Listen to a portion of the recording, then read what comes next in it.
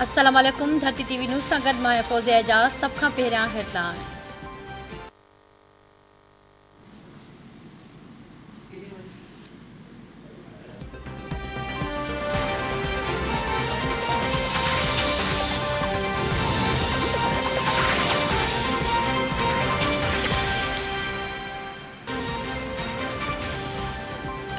Supreme court में article 63A जी तशरीह वारे सदारती रेफरेंस ते अटॉर्नी जनरल अशतर औसाफ ऐं नवाज़ लीग जे वकील मखदूम अली खान इल्तवा वारी दरख़्वास्त जमा कराए छॾी। चीफ जस्टिस उमर अता बिंदियाल इल्तवा वारी दरख़्वास्त ते कावड़ जो इज़हार कंदे रिमार्क्स ॾींदे चयो आहे त इल्तवा जी दरख़्वास्त जो मतिलबु आहे त हुकूमत मामले ते देर चाहे थी। ही अवामी मुफ़ाद जो अहम तरीन इशू आहे जंहिंखे ॿुधी हू जल्द फ़ैसिलो करणु चाहिनि था।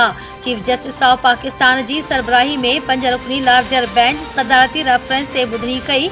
अदालत नवाज़ लीग जे वकील मखदूम अली खान खे अॼु ई दलील जमा कराइण जी हिदायत कंदे चयो आहे त अदालत राति ताईं वेठी आहे, सभिनी खे ॿुधो वेंदो।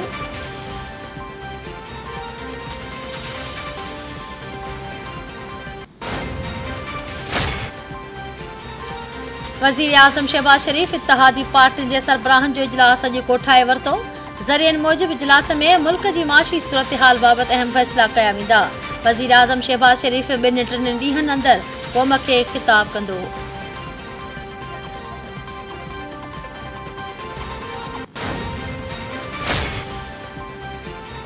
वज़ीर आज़म ऐं वफ़ाक़ी हुकूमत इमरान खान जी फुल प्रूफ सिक्योरिटी बाबति वाज़े हुकुम जारी करे छॾिया। ज़रियनि मूजिबि इमरान खान जे बनी गाला हाउस जी सिक्योरिटी लाइ पुलिस ऐं एफसी जा 94 अहलकार मुक़रर कया विया। बनी गाला हाउस जी सिक्योरिटी लाइ पुलिस जा 22 ऐं एफसी जा 72 अहलकार मुक़रर कया विया।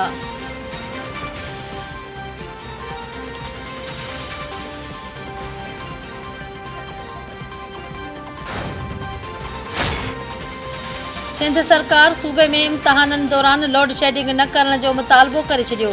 सूबाई वज़ीर इस्माइल राहू चयो आहे त सिंध में गर्मी वधण वञण सबबि इम्तिहाननि दौरान बिजली जी लोड शेडिंग न कई वञे। कलेक्ट कराची में इम्तिहानी मरकज़नि वारे इलाइक़नि में लोड शेडिंग न करे इम्तिहाननि दौरान इम्तिहानी मरकज़नि जे भर पासे में कलम 144 लागू कई वञे।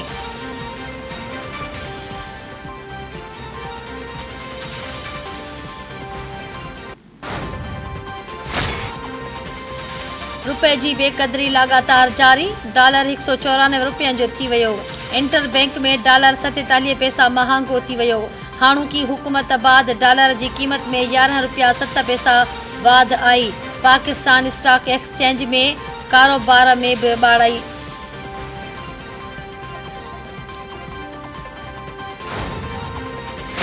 कराची पहुचण ते शानदार आजियां ते बिलावल भुट्टो ज़रदारी कराची जे अवाम जा थोरा मञिया।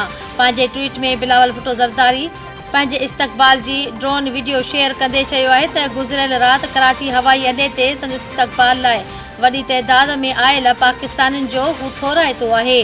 बिलावल भुट्टो ज़रदारीअ चयो आहे त हू खटी मोटिया आहिनि। हू हिकु पुरअमन ख़ुशहाल ऐं तरक़ी पसंद पाकिस्तान जी तामीर लाइ गॾिजी कमु कंदा।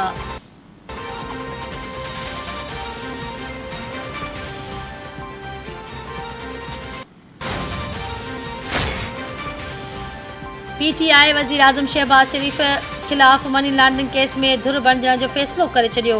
पीटीआई अॻवान फवाद चौधरी चयो आहे त तहरीक इंसाफ़ लायर्स फोरम खे धुर बणिजण जी दरख़्वास्त तयारु करण जो चई छॾियो आहे। 2.5 साल थी विया आहिनि, अञा ताईं उबूरी ज़मानत जो ई फ़ैसिलो न पियो थिए। हाणे जवाबदार चई रहियो आहे त संदसि मर्ज़ीअ जो वकील लॻायो वञे। फवाद चौधरीअ मूजिबि हू चाहिनि पिया त सुप्रीम कोर्ट उन ते पाण मुरादो नोटिस वठे, पर बदकिस्मती सां ईअं न थियो।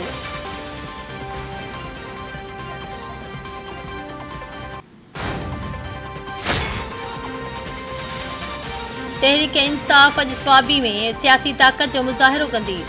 गुवाहाटी स्टेडियम में जलसे जूं तयारियूं मुकमल कयूं वयूं। पीटीआई चेयरमैन इमरान खान जलसे खे ख़िताब कंदो।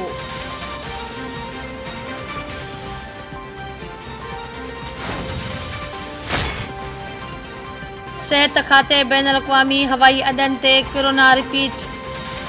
एंटीजन टेस्टिंग जो वधाइण जी हिदायत करे छॾी। सिहत जे वफ़ाक़ी वज़ीर कादिर पटेल जी हिदायत ते NIH पारां सेंटर फॉर डिज़ीज़ कंट्रोल खे हुकुम जारी कया विया। परॾेह खां ईंदड़ मुसाफ़िरनि लाइ टेस्टिंग जो दायरो वधाइण जी सिफ़ारिश। NIH जो चवणु आहे त कोरोना जे सर्वेलेंस लाइ हवाई अॾनि ते रैपिड एंटीजन टेस्टिंग रैंडम तरीक़े सां जारी हुयूं।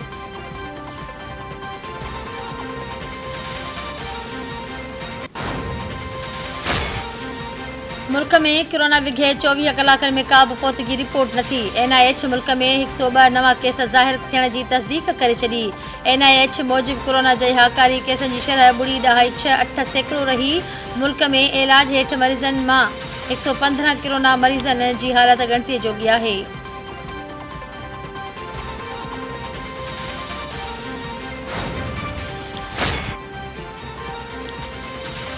शहदाद कोट में पुराणे तकरार तां हथियारबंदनि फायरिंग करे हिक ॼणे खे क़तल करे छॾियो। ॻोठ वढ चांडामू में पुराणे तकरार तां रिटायर्ड मुलाज़िम दुर मोहम्मद चांडामू खे गोलियूं हणी क़तल कयो वियो। लिवीज़ पुलिस पहुची मक़तूल जो लाश पोस्टमार्टम लाइ अस्पताल मुंतक़िल कयो।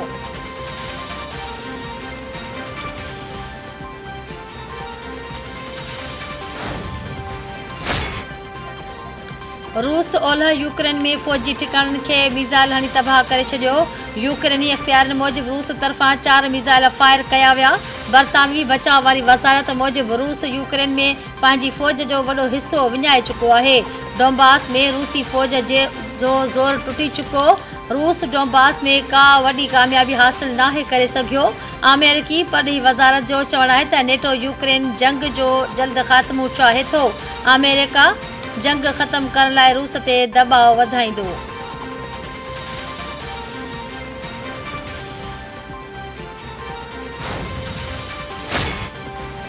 फिनलैंड ऐं स्वीडन नेटो में शमूलियत लाइ हामी भरे छॾी।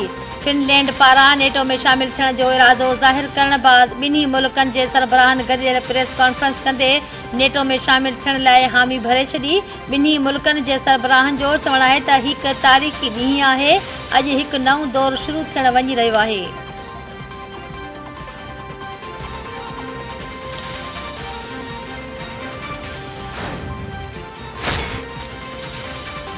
ऐं मुल्क जे अक्सर इलाइक़नि में मौसम अॼु बि गरम रहंदी। पंजाब, खैबर पख्तूनख्वा, कश्मीर ऐं गिलगित बल्तिस्तान में मींहं जो इम्कान। मुल्क जे ॾाखणनि ऐं विचोलनि इलाइक़नि में तूफ़ानी हवाऊं हली सघनि थियूं। कराची में अॼु सख़्त गर्मी ऐं झोलनि जी अॻकथी। गर्मी पद 37 डिग्री सेंटीग्रेड ताईं पहुची सघे थो।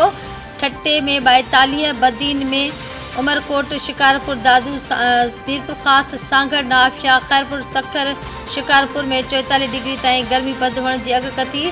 थर में 43, घोटकी, कशमोर, जैकमाबाद ऐं लाड़काणे में 45-46 डिग्री ताईं गर्मी पहुची सघे थी।